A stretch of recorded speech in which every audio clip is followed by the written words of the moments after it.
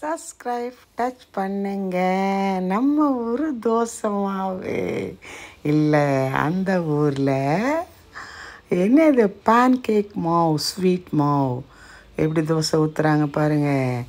அது என்ன இது? நியூட்லா French banana dish market.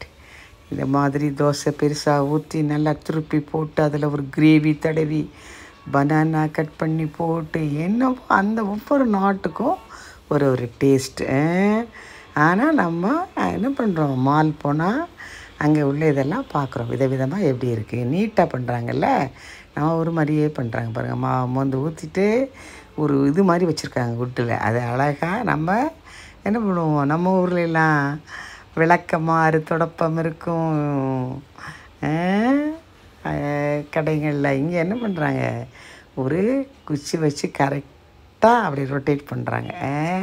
Sheri dosa வேணால் ஷெரி தோசை, பனானா வேணால் பனானா. பார்த்திங்களா, அருமையாக இருக்குது. இது பார்க்கையில் நம்ம வீட்டில் சீக்கிரம் கல்யாணம் வரும், சீமந்தம் வரும், பிள்ளைங்க வெளிநாடு போவாங்க, ஒரு ஃபங்க்ஷன். இந்த 25th சில்வர் ஜூப்ளி வருஷத்தில் ஹாப்பி நியூ இயரில் நிச்சயமாக ஒரு நல்ல ஒரு நமக்கு வேண்டியது நிச்சயமாக அது நடக்கும். ஓகேவா?